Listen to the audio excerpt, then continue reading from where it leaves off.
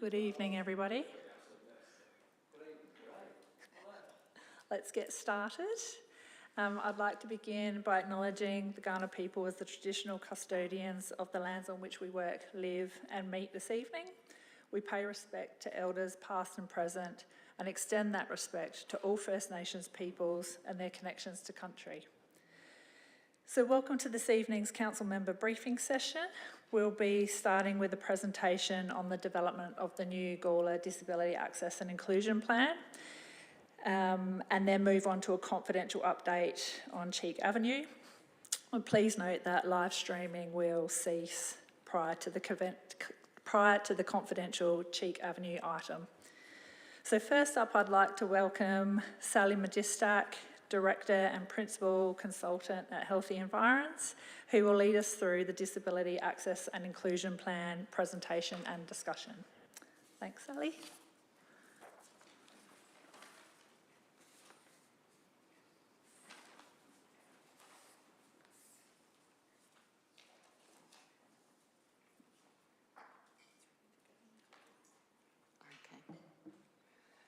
Thank you, Linda, and thank you, council members, for having me this evening. It's a lovely council chambers. I think the last time I presented to council, you were in the old council chambers downstairs, so this is very nice. I'd also like to acknowledge the Kaurna people as the traditional custodians of the land on which we work and live. We pay our respects to Kaurna elders past, present and emerging, and value the contribution that First Nations people make to the community. And as we work through the Disability Access and Inclusion Plan, we definitely need to think of how the plan will impact on First Nations peoples within the community. A little bit about Healthy Environs. I have to pinch myself sometimes when I realise that we've almost been in existence for 15 years. So Healthy Environs was founded approximately 15 years ago.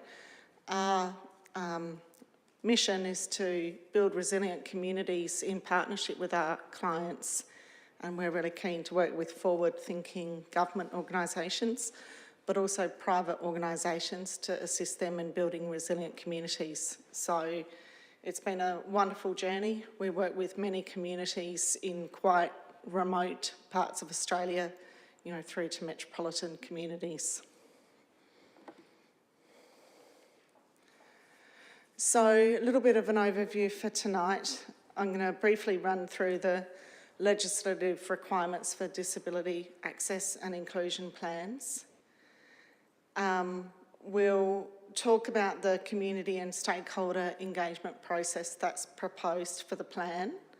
And tonight I'm really keen to have a discussion with yourselves around the issues and the opportunities. But importantly, let's start with a reflection on what council's already doing and how we can strengthen some of the good work that's already being done.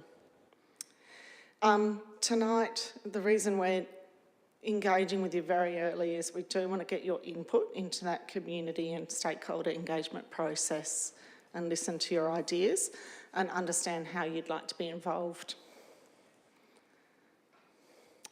So the legislative part, under the Disability Inclusion Act 2018, councils must develop a disability access and inclusion plan that aligns with the state plan. So the state plan was recently launched and it covers the period from 2025 to 2029.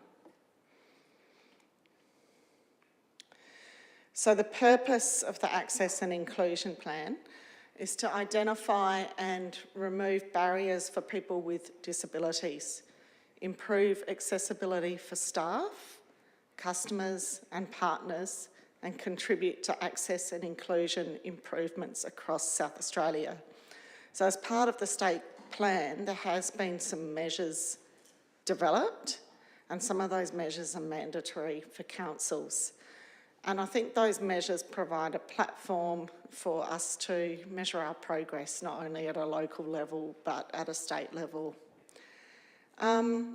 I think just my own personal reflection on why we have a DAYP, what's really apparent to me is that we need to listen to those with lived experience of disability and make sure that we involve them in the process. And, you know, we have a lot to learn from listening to those with lived experience. So what is a DAYP? I'll refer to the acronym now if that's okay. So a DAYP is a practical 4-year plan outlining actions to be implemented that improve access and inclusion for people with a disability. So it's important that it's practical because we do want it to be achievable for council as well. Obviously, this is one of many, many responsibilities that council has. And I think it's important that we look at this through the lens of what are the functions of local government, what does council do, and how can we integrate a lens of access and inclusion into what you do.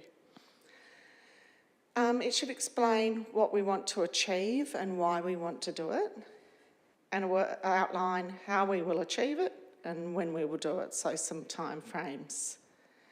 It's important that we build in annual reporting and evaluation for measuring our progress, and Linda was telling me that she's established an internal working group of staff members as well, which is a fantastic start because it really is something that is relevant to all of the sections within council.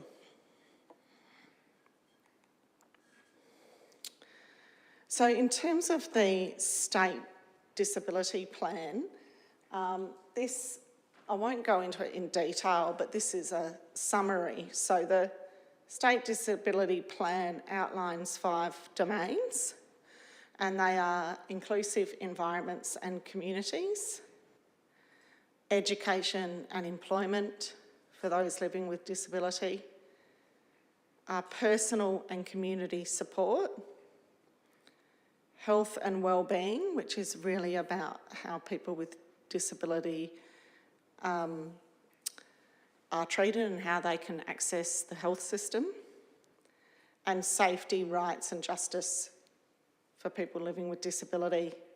And these domains have been born out of very extensive consultation that was done across the state.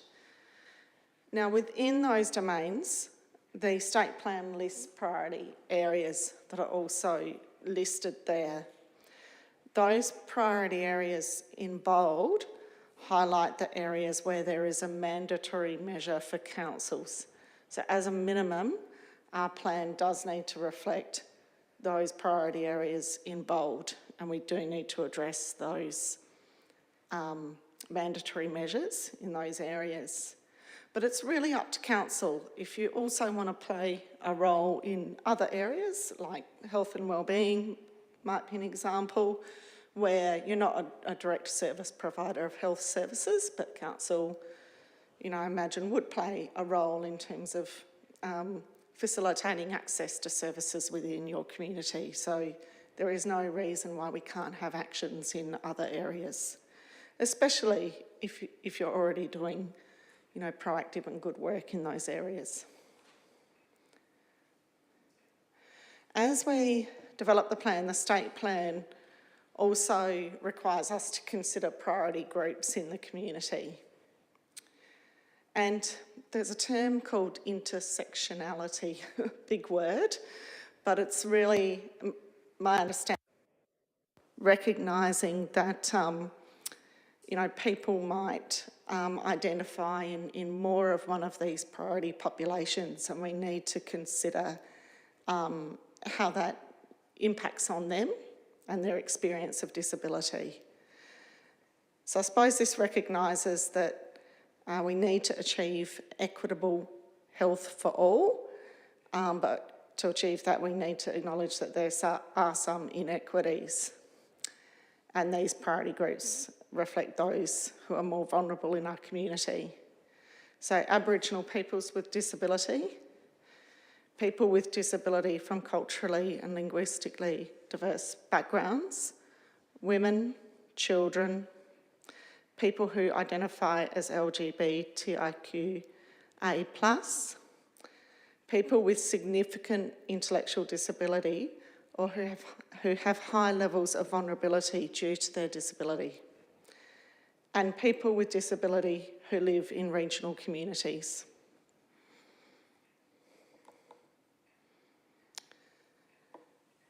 So we haven't done a detailed demographic assessment, but we have done some homework to understand your community. I think you know your community best, so I'm here to learn from yourselves. But we understand that you have 24,988 residents, 8.7% of residents identify as having a disability. The Aboriginal and Torres Strait Islander population is 2.6%. However, 12.3% of that population live with disability. 1.5% of children live with a disability. 11.5% of residents provide unpaid care to another person. So that's quite a significant statistic as well, thinking of those who care for a disability in the community. 11.9% of residents volunteer, which I think is quite good, but I'm sure we always welcome more volunteers. And 16% of residents were born outside of Australia. In terms of the community and stakeholder engagement plan, unfortunately my colleague Melissa Batt is an apology tonight. She's unwell, but she's been doing the detailed work into the engagement strategy with Linda and Chia. So the engagement strategy incorporates this evening. We are in the process of designing an online survey. We hope to launch that soon, and we want to have that open to the community for a generous period of time, December to March. We're planning on some community workshops. I mean, we're open-minded and flexible on the nature of those workshops and where they're held, if we have them here at the Civic Centre or in a park. So again, we're very open to your ideas. We have some council staff workshops planned, so we want to investigate in detail how we need to integrate access and inclusion considerations across all council functions. The Youth Advisory Committee are keen, and we have some volunteers really wanting to play an active role and get started. So we're going to have a workshop with the Youth Advisory Committee, but we do want to encourage some of those members to take a leadership role and actually assist us with the engagement. And we also have a focus group planned. And I think my understanding is that's with the service providers. Is that right? Yeah. So that's the extent of my presentation. I welcome any questions. But tonight we're very keen to obtain your feedback on, are there ways we could leverage further outcomes from recent achievements? So I think it's always good to have a strengths-based approach to these plans. What are we doing well? What have been some of our recent achievements in this area? And how can we continue to leverage off those achievements? What challenges or issues are you aware of? And what opportunities and ideas for action do you have? And we're very keen on your input into the process, and we welcome the role, we welcome council member involvement in the engagement as well. So if you would like a role at any of the workshops, please put your hand up. I know we're all feeling a bit exhausted this time of year, but hopefully after a break over Christmas we come back with some energy and we're ready to roll. So thank you very much. I'll open things up for discussion. And I'm just wondering, Linda, if I should take a seat, or would you like me to stay up here? Yeah. Just to accept.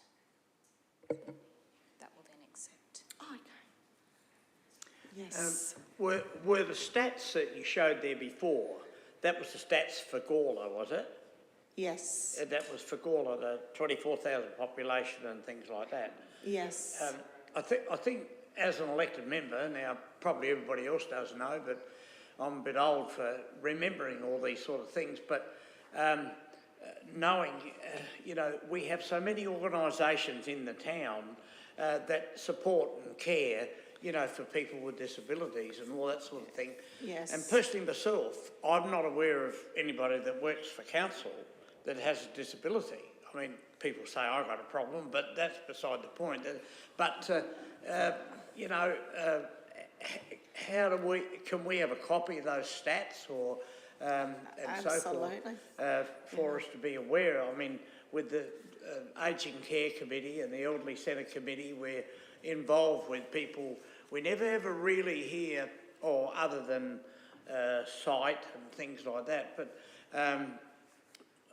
always our council's always tried to assist where we can. I've got a few issues about Wombat Crossing and that sort of thing, where you've got your bars where you stand there and hope to hell a car pulls up and lets you go across, and that sort of stuff. Whether we need to be more aware of that so that those elderly or people that are a bit slow or disability can get across the other side of the road before they get run over. So I was just interested in those stats, and I've not seen those before.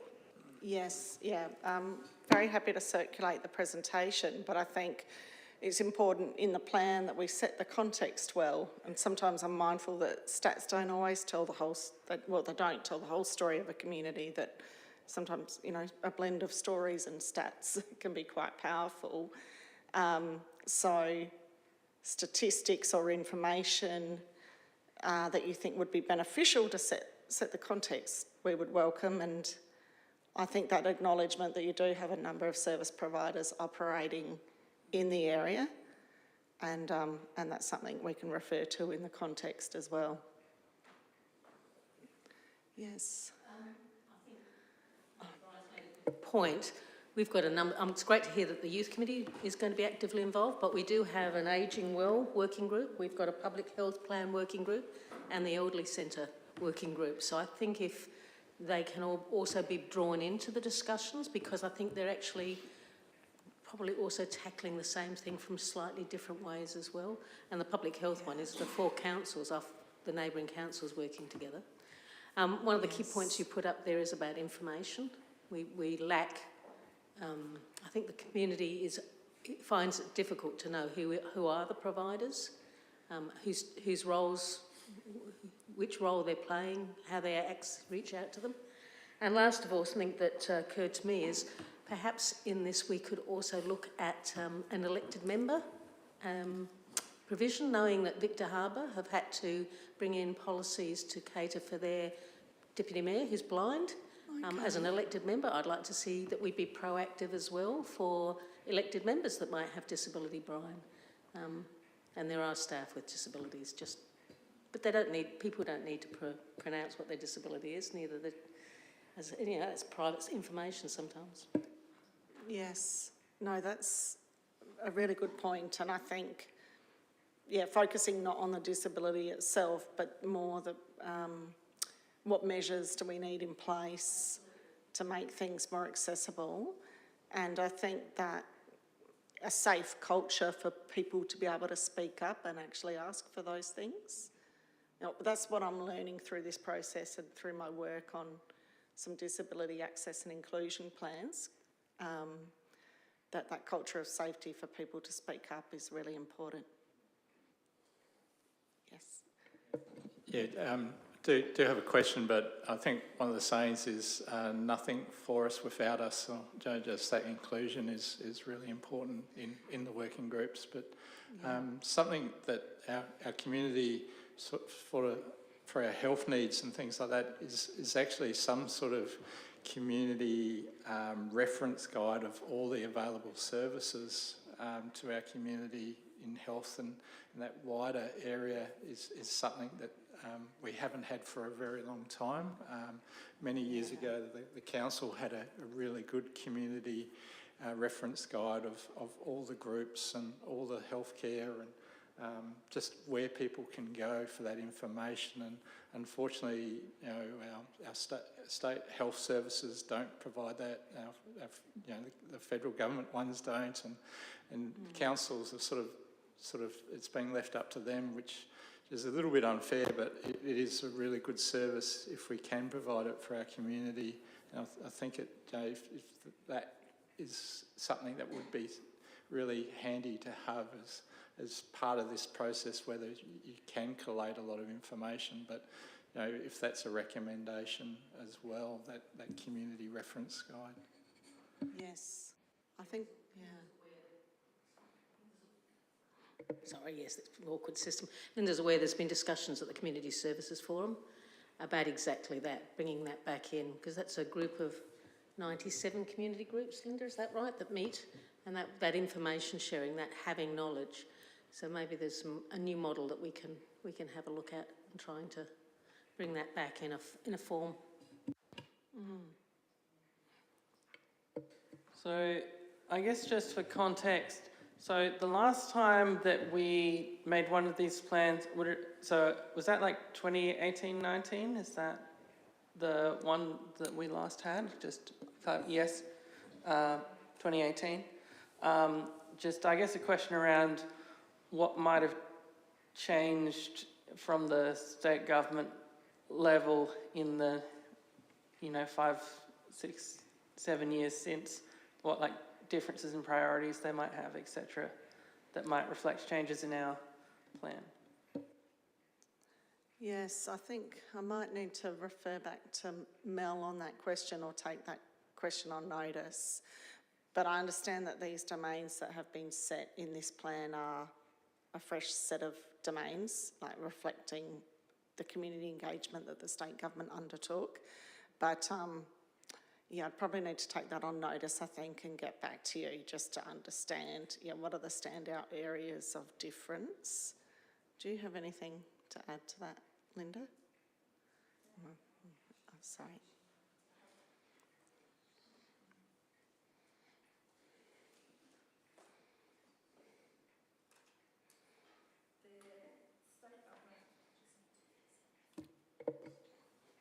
State government did considerable engagement over the last 18 months. The domains are a new set of domains and a new set of priorities under each of those domains, but they are very much still in line with the previous state plan. Obviously, for people living with disability, I don't think the sort of priority areas change all that much, so they're still fairly similar to what was in place before.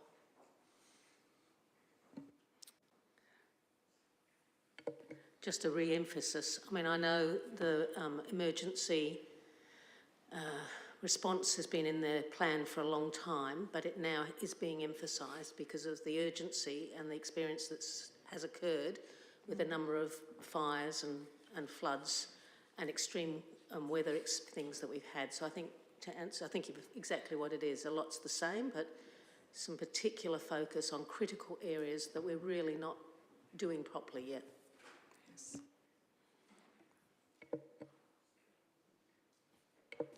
So I guess, is there, might not know the answer to this immediately either, but on Councillor Davies' question there, in terms of autism, I know there's been a lot of work that's been done in that space. Is that perhaps a bit sharper in this one than, and also focused on things like employment and things that weren't perceived before? Is that something which is more prominent? I'm very glad you raised that, thank you. Yeah, there is the Autism SA strategy that we also need to consider in developing this plan. We do need to respond to the autism strategy.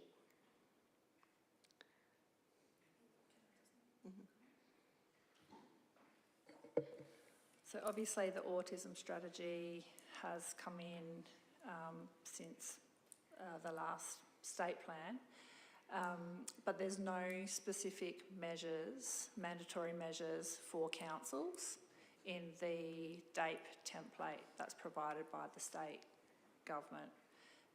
So yes, it's important to consider the autism strategy when we're doing our engagement and when we're developing our plan, because it's very important. But as far as mandatory measures go, there's no expectations for councils to put specific actions relating to the autism strategy in our DAPE. So I might just ask the question, what do you consider you do well already?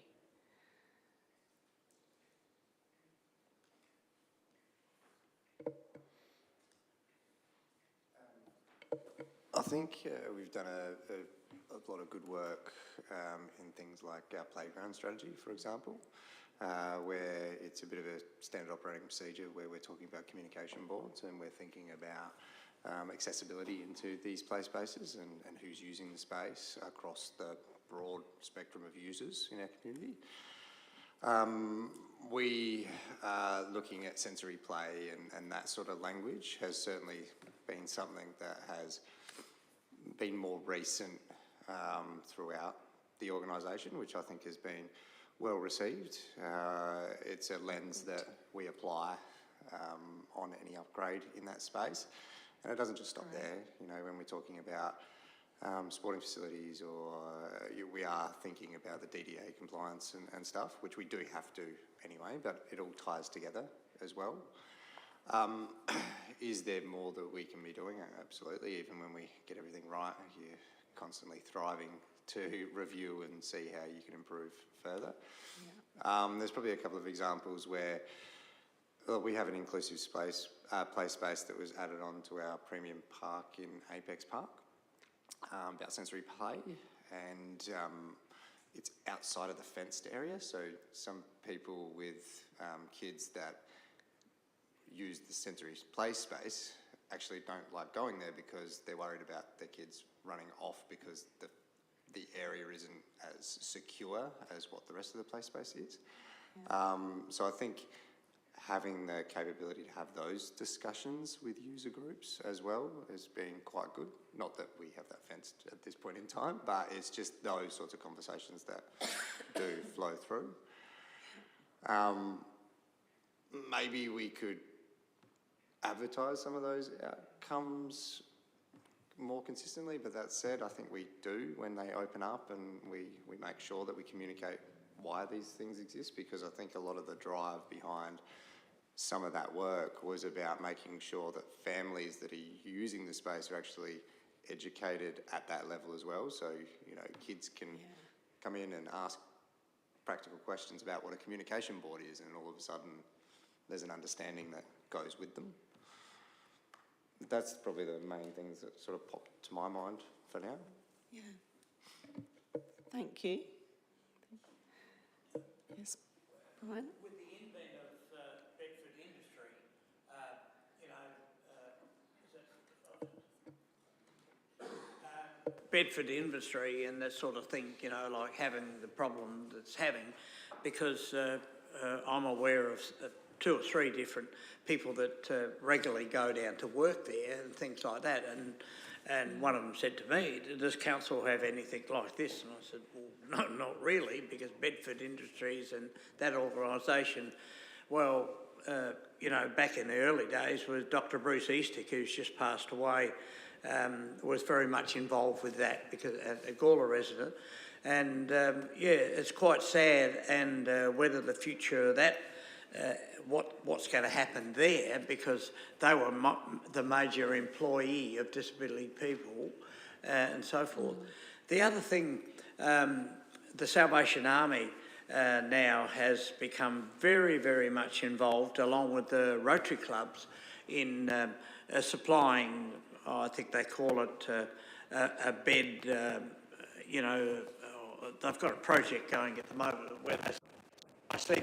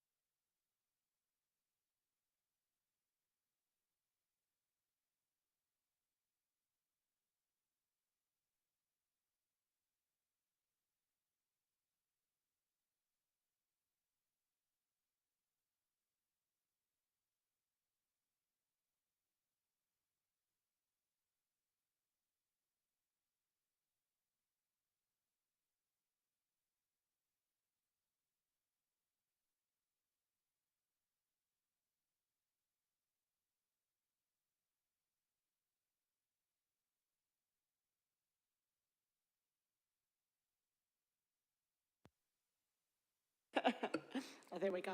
Yeah, I think that's perhaps a question we could ask in that service provider focus group, because, you know, I think just the nature of the NDIS funding has changed how that disability employment sector works. So, you know, definitely it's having a big impact with the Bedford Industries, but it'd be interesting to understand, you know, how that's being addressed and how we're going to manage that change. What does that mean in terms of both issues and opportunities for Gawler? We do have a number of social inclusion programs running, businesses running within the town as well. So we've got some things happening here in our community as well. So I guess, again, it's just asking people to identify, and maybe if they even have to interact with council from a business point of view, we've got some understanding and some knowledge, and again, with our new economic development manager, you know, what's possible within that in support, so as we do with all our other businesses. So. Oh, thank you. Yeah, that's an interesting opportunity, isn't it? Because council has an opportunity to, you know, be inclusive in its own employment, but if you've got an economic development officer, then there's potentially an opportunity to provide some education and assistance to other businesses in the council area as well. Yeah, thank you. Go back to the groups that we've got set up in there, what we're doing in inclusion, that's great. I'm just curious how it reads to me is that we've got that one there. So we're following every other group, but men seem to be left out of it, as in men not as vulnerable as the rest of them. I find that a little bit strange and challenging, because I think anyone in the community needs to be treated with respect and felt fairly. So I just wonder why we make name for these other groups and men struggle too. Men, yeah. No, thank you. I mean, I think these are the priority groups that have been listed in that state plan, but I think really, you know, it's about being inclusive for everybody. And sorry, it's not about what I think, it's your plan. So I think we'll take that feedback on board. We really need to be considering everybody to be inclusive. Yeah, regardless of gender. Yeah. So just in terms of what we're doing well at the moment, I think there's a few things that we've, I was mentioning earlier, we have the long-running like Home Assist program and that sort of thing, for example, and that's been doing good work. But I think also accessibility also involves things like something since we had the last plan was, for example, having these live streamed meetings and all this sort of thing. And those are aspects of accessibility that make it so that a lot of people can access things that wouldn't have otherwise, when we were forcing them to physically come into the building if they wanted to hear, for example. And I think I just wanted to mention that sort of thing as well as an accessibility improvement that we've made. Absolutely. And I hope that this meeting, you know, increases that awareness in the community so they know that we do have a survey coming up online and we are going to be running some engagement in the new year. So, yeah, exactly. It's a huge achievement.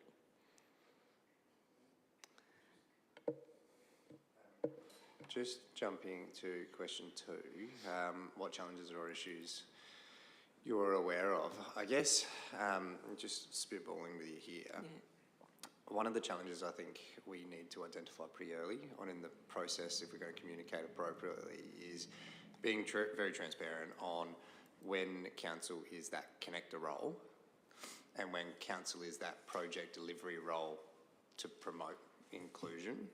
So there are some things that council, I think, needs to be proactive, and whether or not that's accessibility through your footpath network, or is the appropriate facilities in your public open spaces more broadly. But then there's also a point where we need to be very honest on, hey, these great services are within our town and here's the number and let us know how you go, etc., etc., etc., rather than necessarily invent our own version of what works at this organisation, this organisation, this organisation, and then provide a service that potentially is a double up or can't be maintained without appropriate funding streams. And you know what I mean? Like, I think we need to be very clear on what we can do, and then when we are playing the connector, because we don't do that. You know what I mean? So I think that's probably one of the challenges, that we need to make sure that we're communicating right from the start, and very clear on what this plan is hoping to deliver in boots on ground action, and then also educate to be able to externally educate as well, because we can hold briefing sessions, we can hold all sorts, and whether or not we're the go-to for education is another question in certain spaces. You know, that's not going to happen overnight as well. So it's just that sort of feedback, I guess, is the challenges and opportunities piece. I think we need to probably identify that pretty early in the piece. Yeah, thank you. I think we'll take that feedback on board, and perhaps that's really important in how we introduce the plan, and probably that recap on what is the role of council to frame it, because it's important that we are clear on council's role and that we don't duplicate things that are working well through other service providers, because actually increasing capacity through other community groups or other service providers is really critical. So it's perhaps how we can support the sustainability of some of those programs without duplicating them. But I think we can have a think about how we introduce the engagement and frame the background and context to the plan. Thank you. A few years back, we used to have a section in the annual report that broke our role down into, let me see if I can remember, facilitator, leader, influencer, whatever. And I actually think that's a really good model in doing exactly what you say. And I think maybe it's time to reintroduce that, because it was words that we could use with the community to say, yes, we accept we have a role, but in this case it is this role, not that role. And that was making sense to the community, because they can understand the flexibilities between different levels of government and what it is. So, it might be worthwhile digging that back out and having a look at it again. Okay, excellent. Thank you.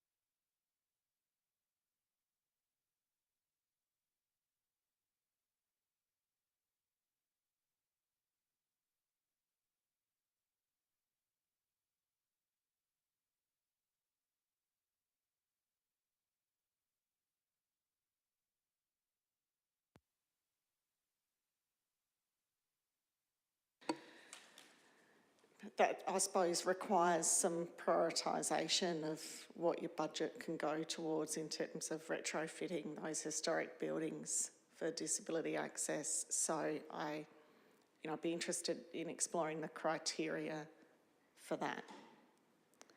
Yeah.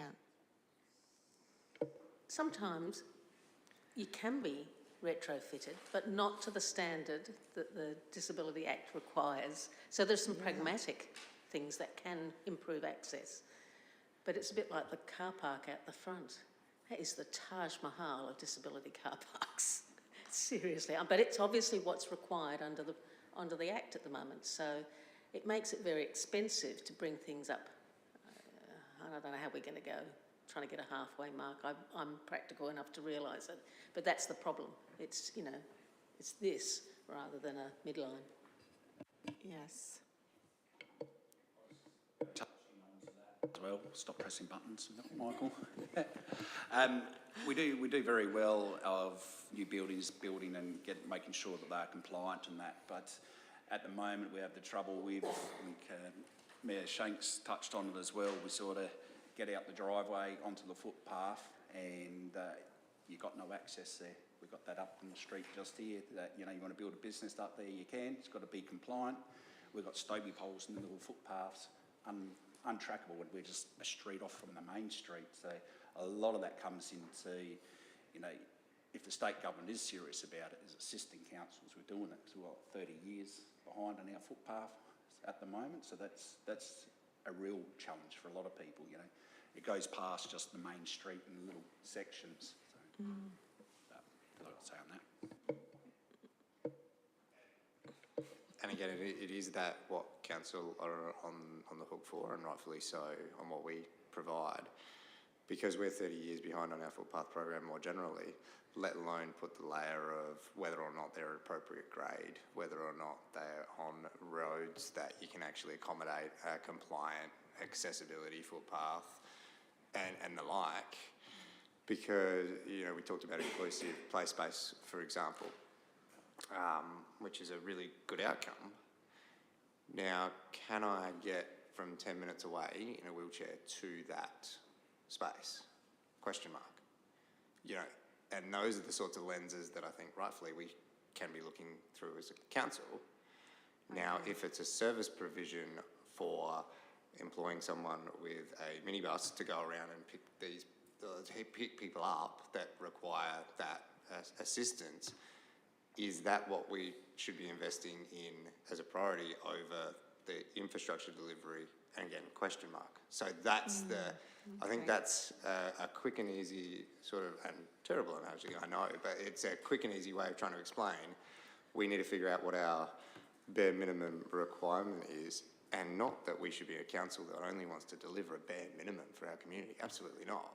We need to have these conversations, but understanding where our baseline is of expectation, because if we turned around and started investing in a service provision that local government probably doesn't invest in typically, but we've got someone like Lynn Lillycrab coming around saying you still haven't done appropriate bus entrance points yet, as you should have done back in 2018, that's where we start losing people again. Okay. So again, really breaking it down to this is what we're focusing on, and this is where we need to keep focusing, and this is how we're going to value add to the lenses that help us operate our daily business. Any new business that flows out of that, I think, is a potential future conversation when we've really nailed what we should be doing now. Yeah. No, thank you. And I appreciate the infrastructure challenge in, an older township such as this, the terrain of the environment. I think earlier you mentioned about asking people, almost like evaluating down the track, what's your experience of this play space? So I think getting that lived experience feedback on how people experience that space, how we can improve the connectivity between spaces or access to it, would be a great opportunity. So I'm keeping an eye on the time, although that's probably not the right time to keep an eye on. it's interesting, the two committees, and that is the Aged Care Committee, well, basically the members of that are the aged care providers, you know, like the Southern Cross and Elder Care and Gawler and so forth. So that's what that committee's all about. I'm not aware of anybody that is a representative on that committee of disability, and I'm looking at our meeting that we had this week, last week, and we've got 8 committees on the Elderly Centre Committee. Not one is to do with disability. We've got the Gawler and District Bridge Club, the Gawler Care and Share Group, the Gawler Low Vision Support Group. That's a disability. Yeah. Gawler Games and Social Club, Senior Citizen Club, Gawler and District Weight Watchers Club, Quickest Warmth, that's a new one that's just come in, which provides, you know, people living rough or they don't have any blankets or whatever it may be. So, I mean, do you feel that that could fit into this committee structure? I think we could note that as an opportunity, I think, that like thinking about representation on groups, how do we encourage that representation of lived experience? And I suppose some councils do have, or they're exploring a separate disability advisory committee. That's not, you don't have to choose that way of doing it. You could look at what are our existing committees. And also, you know, you may be surprised, you might have some lived experience on those committees but not be aware of it. So I think it's about that sort of cultural safety and that. I think the more aware we are, we can have that lens and be asking the right questions and encouraging the right discussion. So I think that awareness and training is a great opportunity as well. Yeah. Brian, all of those groups that are at the based at the Elderly Centre and the Elderly Centre Advisory Committee and the Ageing Well Advisory Group and our other working groups, Public Health Plan, they're all on the list, our stakeholder list, so they'll all be involved, or have the opportunity to be involved, whether that's by way of community workshop or some more targeted engagement, focus groups or one-on-ones even.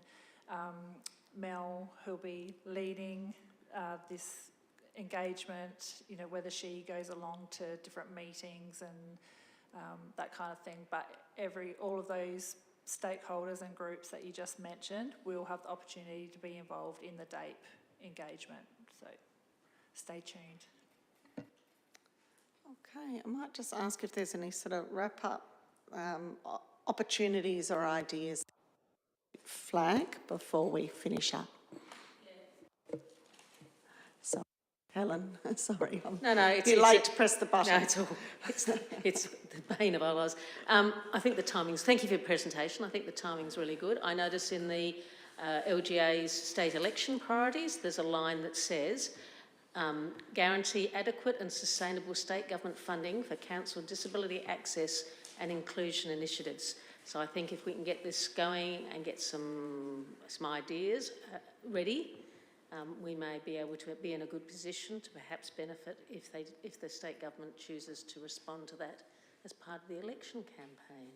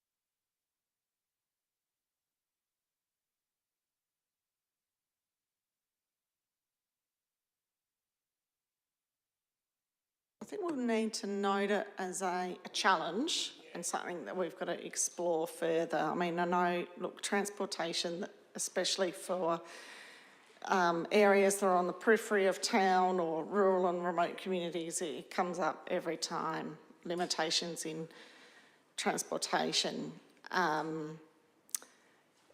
You know, I think grants is one avenue to explore, but I can't, you know, guarantee there's unlikely to be sort of a magical grant that's going to tick that box.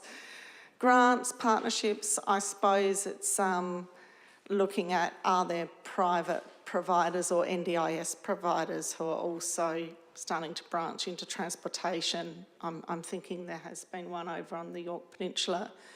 So I think there's different mechanisms that we need to explore and look into.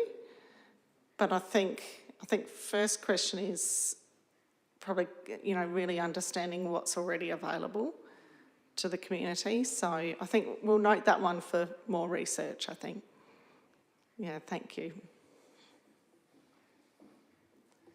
All right. Thank you very much. Thanks for your time.